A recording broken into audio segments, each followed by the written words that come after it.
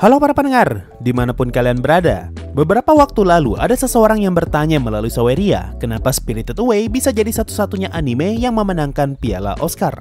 Lalu, kenapa anime seperti Kimi no Na wa dan Koe no Katachi justru tidak masuk nominasi piala Oscar dan malah kalah dari film The Boss Baby yang justru bisa masuk nominasi?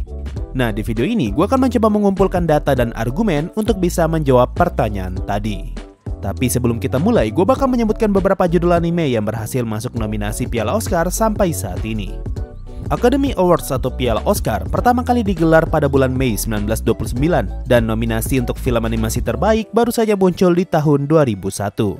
Jadi dari sini kita bisa tahu alasan kenapa Castle in the Sky dan My Neighbor Totoro tidak masuk nominasi Piala Oscar, karena pada saat itu nominasinya masih belum ada.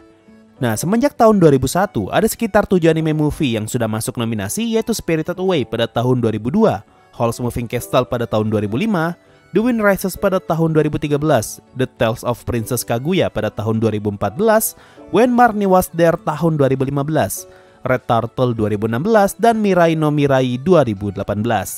Dari semua anime itu, hanya Mirai no Mirai satu-satunya anime yang tidak ada hubungannya dengan studio Ghibli. Sedangkan Red Turtle adalah anime buatan Prancis yang di dalamnya masih ada campur tangan dengan studio Ghibli. Kalau kita kesampingkan Mirai, semua anime buatan studio Ghibli mempunyai satu kesamaan, yaitu sama-sama berada di bawah Disney. Sedangkan anime Mirai didistribusikan oleh G-Kids yang adalah perusahaan asal New York. Sekarang mari kita masuk ke pertanyaan, kenapa Kimi no Na wa dan Koe no Katachi tidak masuk nominasi Oscar? Pertanyaan ini bisa terjawab asalkan kalian mau baca syarat dan aturan Piala Oscar yang dapat kalian akses di situs resminya.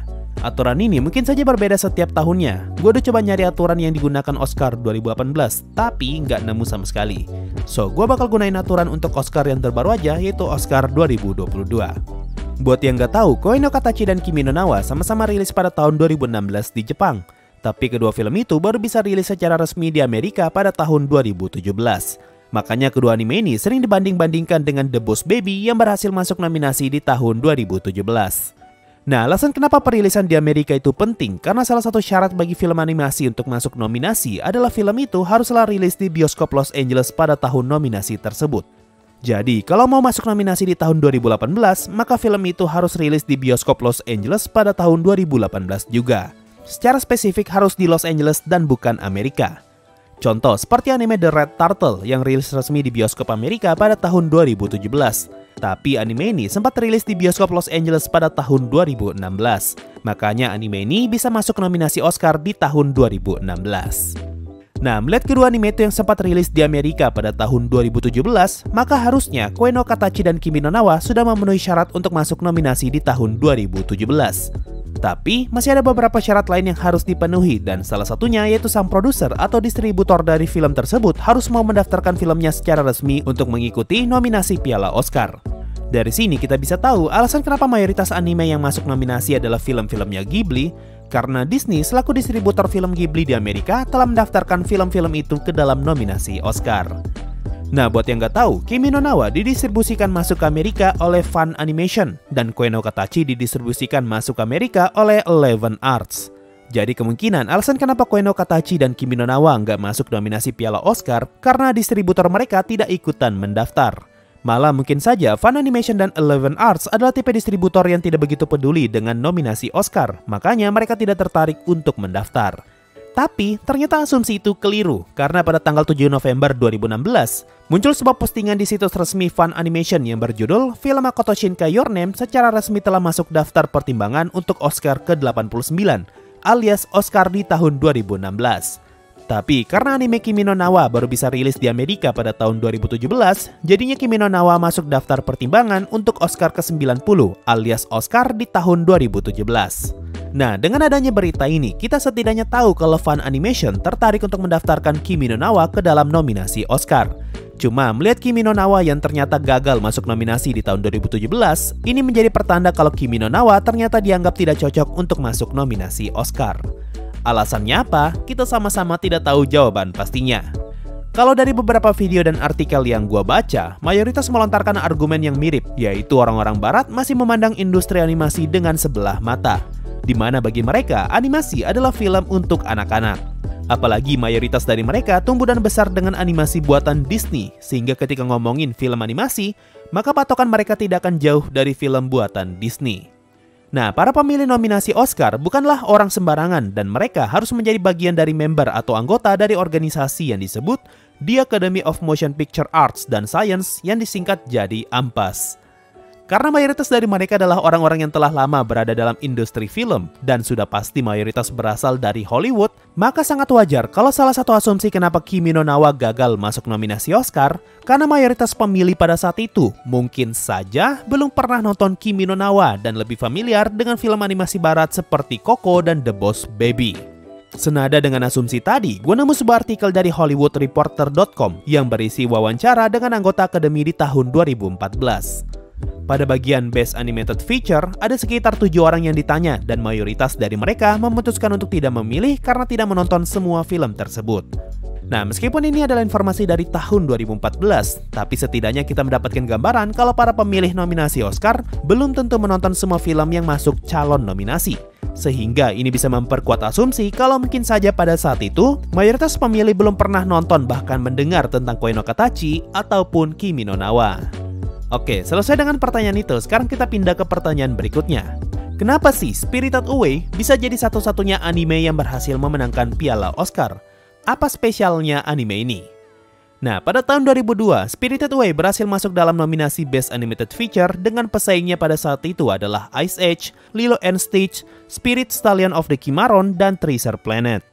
Dari semua itu, Spirited Away berhasil menjadi pemenang sekaligus anime pertama dan satu-satunya sampai saat ini yang berhasil memenangkan piala Oscar. Tapi, kok bisa menang? Nah, salah satu alasan yang sering digunakan untuk menjawab pertanyaan ini yaitu Spirited Away adalah film animasi Jepang dengan penghasilan yang sangat bombastis pada masa itu.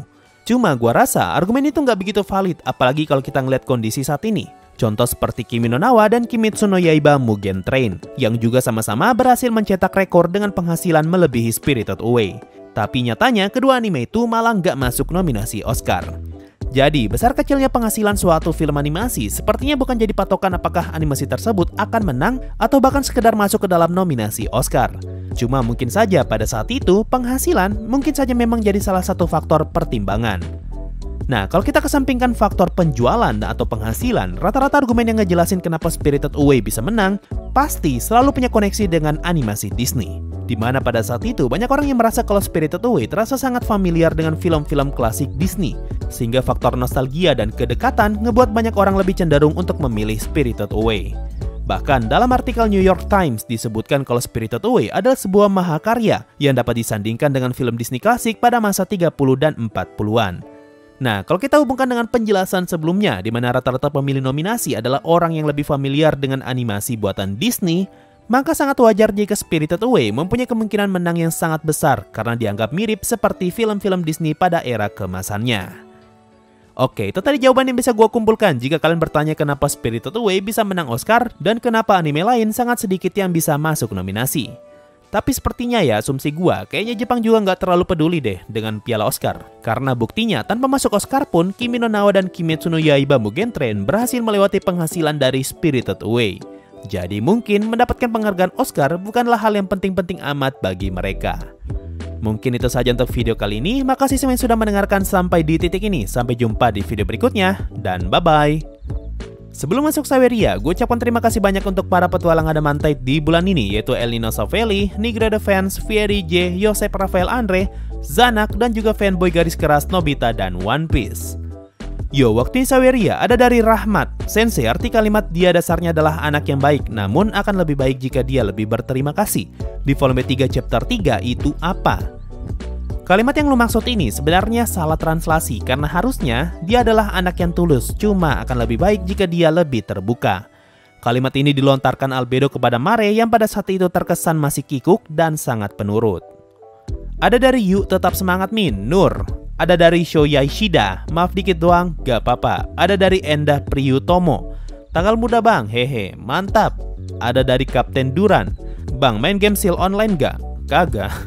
Dan ada dari Rexeria, gimana bang menurutmu, akankah sesuai ekspektasi atau banyak yang akan kena cut di season 4 nanti? Kalau perkara kena cut sih udah pasti bro, karena hampir mustahil mengadaptasi seluruh isi novel ke dalam satu season. Cuma kalau ditanya harapan gua semoga saja season 4 bisa lebih banyak menampilkan karakter-karakter baru yang saat ini hanya ada di novel. Seperti Blackscale Dragonlord, Elf King, dan kalau nggak salah di season 4 nanti bakalan ada jam tayang buat Nigredo lagi. Karena di volume 10, Ainz ngejelasin kalau Nigredo dan Pestonya telah dilepas dari masa kurungannya.